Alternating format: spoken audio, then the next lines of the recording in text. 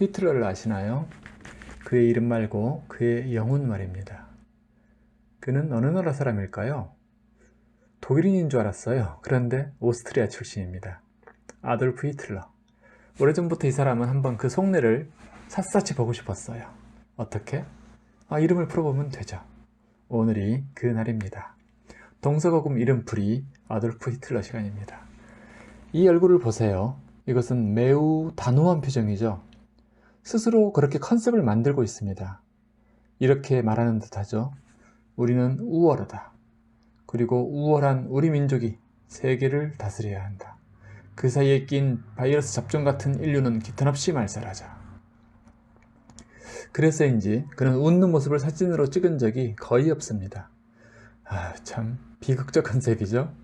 웃을 수 없다니.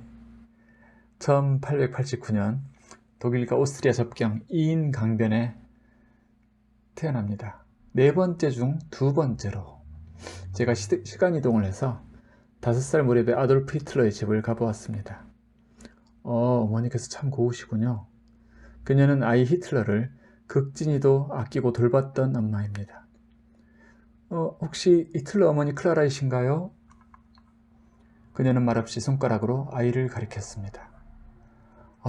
이 귀여운 눈동자, 이 아이가 히틀러입니다. 이 순결한 천사 같은 아이가 나중에 수많은 학살의 원인자가 되었다는 게 믿어지시나요? 에이 설마. 저는 믿고 싶지 않습니다. 머리는 좋으나 소시적에 공부를 잘하지는 못했습니다. 이름을 보면 그럴 이유가 보이죠. 히틀러. 초점이 분할되어 있어서 오만 것에 호기심을 느낍니다. 자칫하면 산만하다는 말을 듣기 딱 좋은 유형이죠. 정신분열적 성향도 있었을 가능성이 있습니다.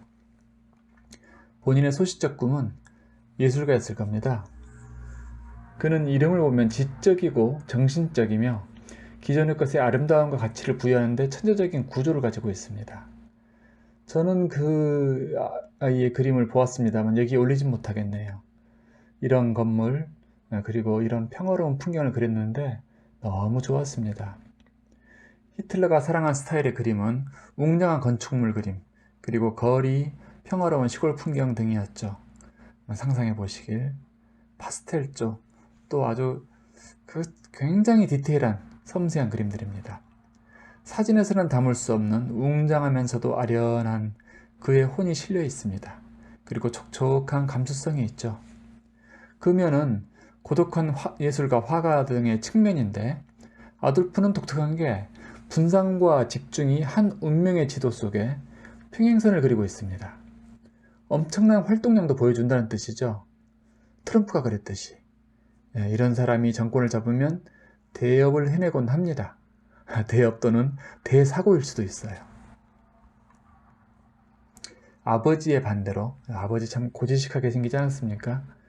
화가의 길이 무산됐어요. 만약 그가 학살의 지휘봉 대신 붓을 잡았다면 이 아이의 미래를 알았다면 아버지가 그거를 방해했겠어요? 세상의 아버지들이요. 자식이 뭘 하며 사는 게 행복할지 당신이 아십니까? 당신이 행복하지 못하고 존중받지 못하면서도 자식들도 그런 에너지장으로 몰고 가야 했나요? 이렇게 묻고 싶네요. 아돌프. 그는 피카소와 같은 대화가가 되었을 가능성이 큽니다. 엄청난 활동으로 막대한 예술품을 양산했을 겁니다. 하지만 자기가 원치 않는 길, 실업계 학교에 가게 된 그는 비뚤어지기 시작하죠. 술을 마시고 길바닥에 퍼질러 자기도 했습니다. 나중에는 부모가 없는 상태에서 아버지가 일찍 돌아가시죠. 15살 무렵에. 초년에 돈그릇이 없는 삶이 그래요.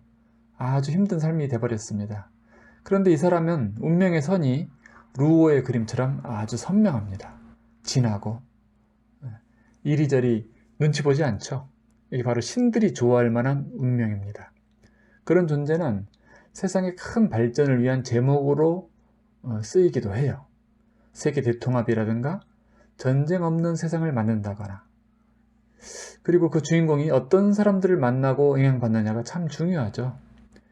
아리아 인종주의 등을 강론하는 그런 사람들에게 심취하게 되는 게 문제였어요. 그게 나중에 인종차별의 뿌리가 됩니다. 그리고 폴란드 유태인 학살의 그 뿌리죠. 그것이 바로 환경이 그 사람을 맑게도 만들고 탁하게도 만듭니다. 청과 탁, 이것이 사람을 하늘 높게 떠오르게도 하고 이카루스처럼 추락시키기도 하죠. 그는 추락의 길을 선택하고 말았습니다. 왕성한 활동력과 치밀한 기획으로 권력을 잡고 그리고 폴란드를 침공함으로써 세상을 놀라게 합니다. 어떻게 그렇게 대담했을까요? 그런데 실은 그는 간이 작은 사람입니다.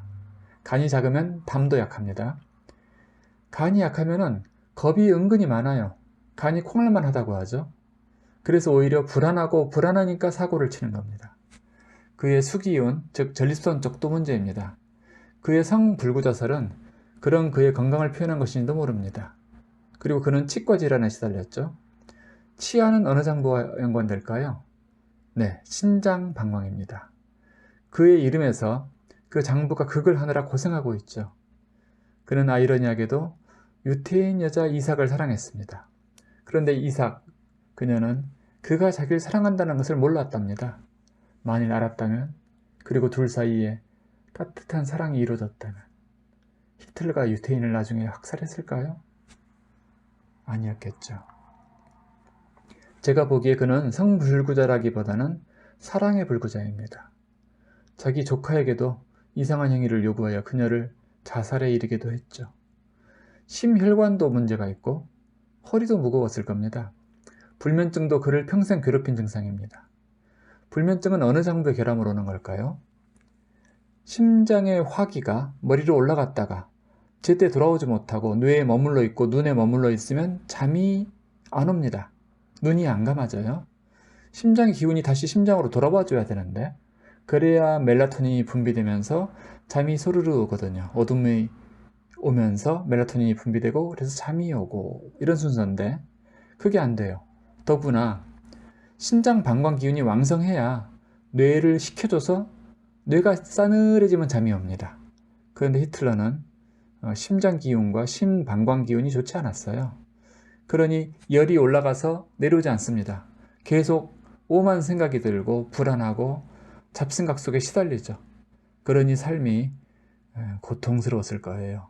불면은 고통입니다. 우울도 고통이고요. 매우 민감할 수밖에 없어요.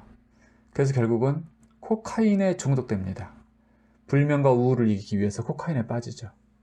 억지로라도 잠을 자야만 했고 잠시라도 그렇게 평안을 얻어야 했으니까요. 그의 애인이었던 에바 브라운 사이에 애를 만들고 싶어 했어요. 근데 결국 뜻을 이루지 못했습니다. 하나 있다는 설도 있는데 사실 확인이 안 됐습니다. 그는 분명 수기운의 장애로 이름에 보면 무정자증이거나 정력이 문제가 있는 사람이었을 수 있습니다. 겉과 속이 일치하는 사람이어서 융통성은 부족해요. 외길로 삶의 레이스를 주파해버리는 그런 직진형이죠. 제2차 세계대전. 좋은 시절이었다면 그는 트럼프 같은 큰 정치인이 되었을 겁니다. 그러나 결국 그는 수많은 사람을 죽이게 되었고 그 반탄력은 자기를 향해 수천 발의 총알이 되어 날아오기 마련입니다. 그것을 한 그는 독캡슐을 먹고 머리에 방아쇠를 당겨서 스스로의 삶을 끝내버리죠. 그의 이름에 들어있는 말년의 극은 자기 심장을 향해 날아드는 차가운 총알 같은 것이었죠. 저는 그의 과거로 날아가 소년 시절의 그를 만나고 싶군요. 그리고 이 말을 꼭 해주고 싶어요. 아돌프, 넌 위대한 화가가 될 수 있어. 아니면 무시무시한 독재자가 될 수도 있고. 하나를 고른다면 어느 쪽을 선택하겠니?